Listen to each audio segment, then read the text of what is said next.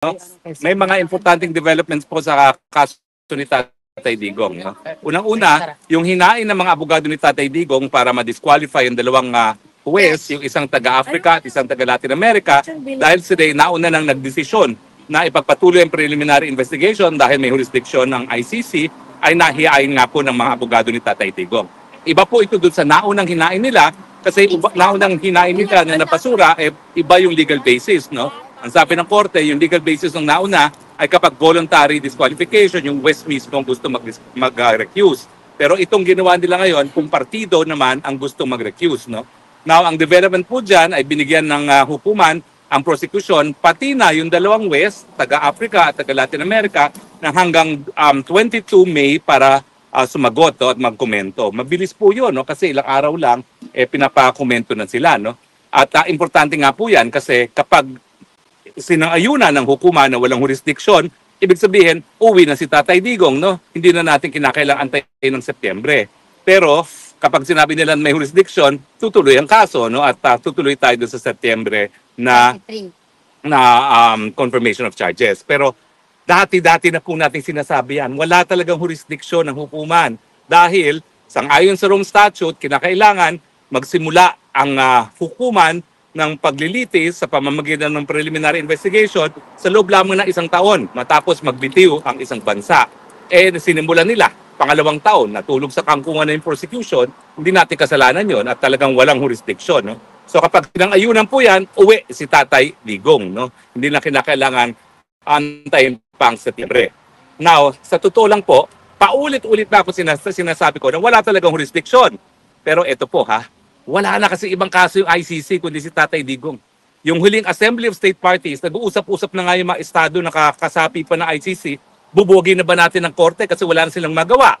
Ayan. So dyan po ako natatakot dahil may mga sweldo sila na pinangangalagaan, baka sabihin nila, sige na, ituloy na natin para may silbi pa ang ICC. Pero sa totoo lang po, bukod sa ang mga miyembro mismo ay nagsabi na doon sa Assembly of State Parties na tutuloy pa ba natin ng ICC na wala namang ginagawa ang ICC, nandyan din yung Amerika na talagang pinupulbos ang ICC. No? Binigyan ng sanctions, hindi lang yung si Prosecutor Kirim, kundi lahat ng mga opisyalis ng ICC at lahat ng empleyado at opisyalis na makipagtulungan, no? Na litisin yung mga kaalyado ng Amerika. At sa tingin ko naman, pagdating kay President Trump, kinukonsidera niya hindi lang aliado si Tatay Digong, kundi matalik pang kaibigan. Now, bukod pa dyan sa development na yan, itong si Prosecutor Kirim ay nag-leave. Nag-leave dahil merong reklamo sa kanya na manyakis daw siya. So anyway, hindi pa naman natin alam, hindi pa napapatunayan kung manyakis siya, pero ano ba naman yan? Lilitisin niyo yung Tatay Digong ko, kinidnap niyo, tapos kinulong niyo sa dahig, tapos merong nagreklamo, manyakis yung prosecutor, no? Parang wala naman silang moral authority na litisin ang ating Tatay Digong kung sila mismo maitim ang pagkatao, no? Siyempre, hindi naman natin sinasabi na guilty na itong Prosecutor Kirim. Kaya lang, lalo pang dagok yan sa reputasyon ng ICC dahil mantakin mo, may reklamo na ang Chief Prosecutor ng ICC ay manyakis. Anyway, ang mangyari po dyan, yung Deputy Prosecutor ang siyang tayong Chief Prosecutor, no? Ganun naman po yun. Palagi may Deputy Prosecutor ang ICC. Pero siyempre, dagok talaga sa reputasyon ng ICC.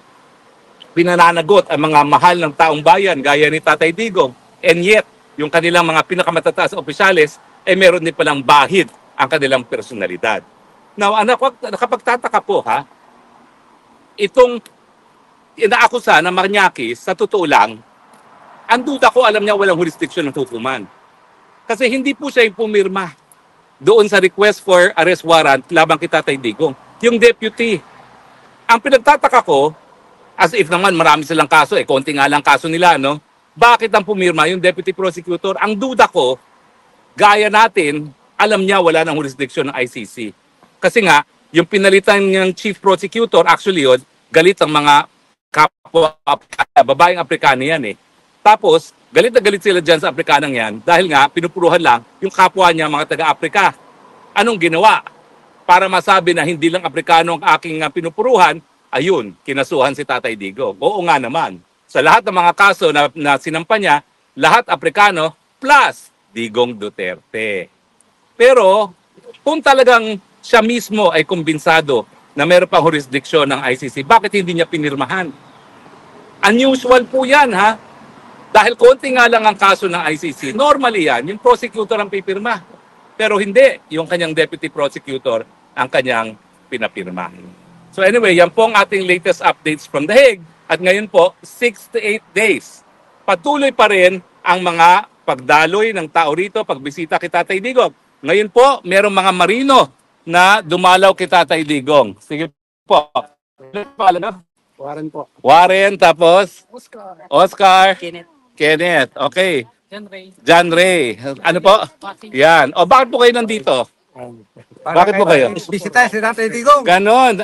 Hindi nyo naman nakikita si Tatay Digong. Ba't pa kayo nagpupunta rito? Yung simpatiya. Simpatya, oo. Bakit nyo talagang sinusuportahan si Tatay Digong? Sabihin nyo nga. Mahal namin si Tatay Digong, number 1. Oo, bakit nyo siya minahal? Magandang ginawa. Oo nga eh. Paano ngayon? Anong nangyayari sa Pilipinas ngayon? Nga. Kayo mga marino po ha, diretso ha. Basta marino, diretso, nga. Okay. At meron din tayo mga iba pang kasama, mga taga Ireland. Okay, ang malayo pong Ireland, no? Ba't po kayo narito nagbibigay ng suporta? Hawa na kayo sumagot. Kahiyaan po sila. Para supportahan si Tatay Digong na para ibalik ng Pilipinas para gumanda uli ang takbo ng ating kabuhayan doon. Oo nga, nasa loob po niya, Tatay Digong. Ano mensahe niyo kay Tatay Digong? Sana wish ko makabalik siya ng mas maaga pa sa buwan na ito o next month. Pwede lang. Oo nga. Well, inaasahan naman natin. Kayo po, mga taga, malayo rin po to ha, Berlin. Oh, Berlin. Ano pong pangalan nyo, mga taga Berlin? Kami Yeah. taga Berlin. Si Oo. Nora at saka si Lilor. Ano pong mensahe nyo kay Tatay Digong? Nandun We siya. love Tatay Digong. Kay Okay. Tatay Digong, alam namin makakalabas ka. Mag-pray kami palagi. para Yeah. sa'yo. Kasi Kasi, support. Bakit nyo ba napamahal sa inyo si Tatay Digong? kasi marami siyang, within 6 years niya as president, kumanda naman talaga ang Pilipinas. Hindi naman niya hinangad na magpapatay ng mga drug lord kasi nakakasira naman talaga yan sa mga kabataan. At saka may warning naman siya, di ba? Bakit hindi ka maintindihan ng mga iba-ibang, yung mindset ba ng mga ibang Pilipino? Okay, that's yan. Kaya yung mga Attorney, Abak tanong. naman talaga. O, may tanong May, daw. may tanong, attorney. If the petition or motion daw to disqualify both judges will be approved, and then also the motion for the jurisdictional challenge will be approved, makakalabas ba immediately si tatay or may motion pa or mahaba pa Well, proseso? unang-una, re-resolbahin muna po yung motion para ma-disqualify. Okay. Kapag na-disqualify, papalitan. Okay. Kasi meron namang second chamber ang pre-trial division no, ng ICC. So kukuha sila ng dalawang West dun sa second division. No? Kasi nasa first division tayo ngayon. No? So yung dalawa doon, samantala, ipauupuin doon no? Kung sila mag-inhibit. At ang aking prediction naman, hindi naman sila magpipilitan umupo. Okay. Kasi masama naman ang magiging reaksyon ng tao sa kanila. Bakit sila nagpipilitan? Totoo naman, nagkaroon na sila ng nauna ng desisyon Okay. na merong jurisdiction na hukuman. No? So, yun po. No? Pag nabuo na yung tatlo, kapag na-approve nga yung disqualification, tsaka pa lang sila magdedesisyon pagdating doon sa issue ng jurisdiction. Now, kung hindi ako nagkakamali, kailan nga mabinigyan ng ang prosecution na magkomento doon sa lack of jurisdiction? Parang Hunyo a 1 ata, no? Parang Hunyo a 1, kung hindi ako nagkakamali, yung binigay na panahon para sumagot yung prosecution doon sa ating motion na walang jurisdiction ang ICC. Pero attorney, also the prosecution is asking the court.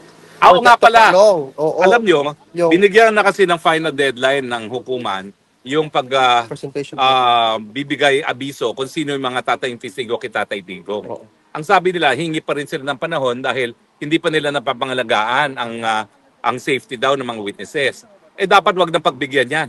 Mantakin ninyo, 6 to 8 days na nakakulong si Tatay Digong, di pa niya alam kung ano yung ebidensya laban sa kanya. Di ba lahat tayo, we have a right to confront our accusers? Bakit 6 to 8 days na ayaw pa rin nila ilantad kung sino yan? Siguro kaya ayaw nila ilantad, alam nila mga sinungaling. Di ba? Ano kinatatakot nila? Meron daw banta sa buhay. Anong banta sa buhay? Bangag ngayon nasa Pilipinas na nagpakulong, napakidnap kay Tatay Digong. Susuportahan nila talaga at puprotektahan nila yung mga nagsisinungaling na testigo laban kay Tatay Digong. O, di ba? Nakalimutan ko nga pala, humingi sila ng panahon at sana naman hindi bigyan ng panahon kasi hindi na tama, hindi na makatarungan. 68 days now, hindi pa napapatunayan nagkasala, nakakulong, tapos gusto pa nila mas matagal na panahon. Samantalang karapatan naman ng akusado malaman kung ano yung mga paratang laban sa kanya at ikompronta kung sino yung mga tumatayong testigo laban sa kanya. Attorney, also following up to that, sinabi nila na is this also an indication na baka wala nga talagang witness na may presenta? Ay hindi ko alam, basta ang akin, insecure sila, takot sila doon sa kanilang mga testigo. Kasi baka mamaya nagsisinungaling. Ako may isa akong alam, sigurado ko na nagsisinungaling dyan.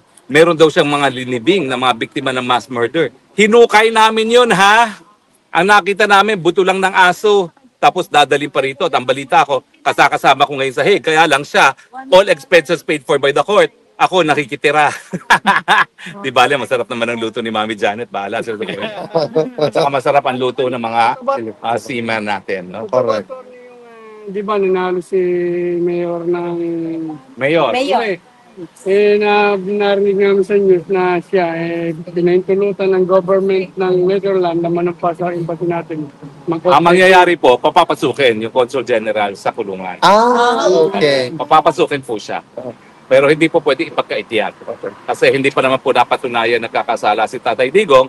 So, at saka, wala po sa Rome Statute to disqualification from public office. Wala pong ganung parusa sa Rome Statute. Attorney, on a different note, sabi nila, there's a question raised na with regards to the prosecution team ng impeachment case ni Vice President Inday Sara. Sabi nila na from 19th Congress to the 20th Congress, dapat daw magkaroon ng plenaryo muna at aprobahan kung sino yung magiging bagong membro ng prosecution with respect to Attorney Jokno and Attorney De Lima. Pwede ba yung attorney na adopted na sila immediately? Hindi, dadaan at dadaan sa plenaryo yan. Okay. Unang-una, meron pang mga nalalabing araw itong 19th Congress. Pwede nang gawin yan kasi parang may 5 araw silang magpupulong pa, no? Magkakaroon ng session. O pwede rin sa 20th session na. Kasi ang sinusundan natin ng Amerika. Nangyari na kasi ito na yung impeachment ni Clinton, sinimulan yung impeachment sa isang Congress, pero yung trial sa kabilang Congress. Okay. So para sila yung maging prosecutor, pwede naman sa 20th Congress sila ma-appoint ng plenaryo ng 20th Congress. Pero bakit binalita na nila na magiging parte sila ng prosecution without even having a plenary first? At least malaman natin dahil alam naman natin puro boka lang ngayon. Talaga namang bilang ng mga araw nila na humarap sila sa hukuman. Okay. Natignan natin kung ano mangyari sa kanila. 'Di ba? Ako, tuwan-tuwa ako na yung mga nagmamagaling ang tatayong prosecutor dahil wala pong mga masyadong trial experience sa mga yan, sa totoo lang. De Lima was an election lawyer. Si Jokno, hindi ko alam kung ginagawa niya sa buhay niya. Yung nakakahala ng attorney, ano masasabi sa naging resulta ng hala ng senador? Yung ba may katotohanan ba lahat yung manunano na yun? Well, binasura ang mga kandidato ng PFP, na kandidato ni Marcos. So ako, happy na ako doon. Dahil ibig sabihin, kangkungan ng Marcos. At siyempre, sa panig naman natin, 5 nakapasok. No? Ang importante, meron na tayong 5 na tututol sa impeachment. Si Robin Padilla, kinakailangan na lang ng 3 pa. Marami. Marami naman tayo pagpipilian. Si Mark Villar, yung 2 Estrada, yung 2 Cayetano, yun, 5 na yun. Meron Joel Villanueva pa. So sa 6 na yun, siguro yung 3, makakakuha tayo ng 3. Actually, on another note, sabi ni VP Inday, she made a statement that she is very much happy to go to the impeachment proceeding kasi nga she wants bloodbath. Do you have a reaction to that statement? I support her. Dapat talaga umagos ang dugo dahil sa kawalangyaan nila. Diba? Ako nga winawalangyari nila. Gusto ko rin ng bloodbath. Kung nandyan ako, 2 kami magba-bloodbath. Okay? And your reaction also, attorney, recently, sinabi ni President Marcos, can we be friends? Magkabati na tayo. Is that with respect to VP Inday? Well, of course, I will allow VP Sara to address that. Pero kung tatanungin mo kami, ang sagot ay, nek-nek mo, pagtapos mong kidnapin si Tatay Digong, makipagbati ka, nakawin mo uli dito si Tatay Digong, iuwi mo. Baka po pwede pa magkasundo muli. Otherwise, go jump into the lake. Ah. Diba? Okay, maraming salamat po sa inyong patuloy na tagkilik. Ito po ang yung inyong spokes ng bayan, reporting live from Shawinigan. Hindi ko ma-pronounce yung exact na pangalan na yan. Havenigan. Ah. Havenigan Detention Facility from The Hague.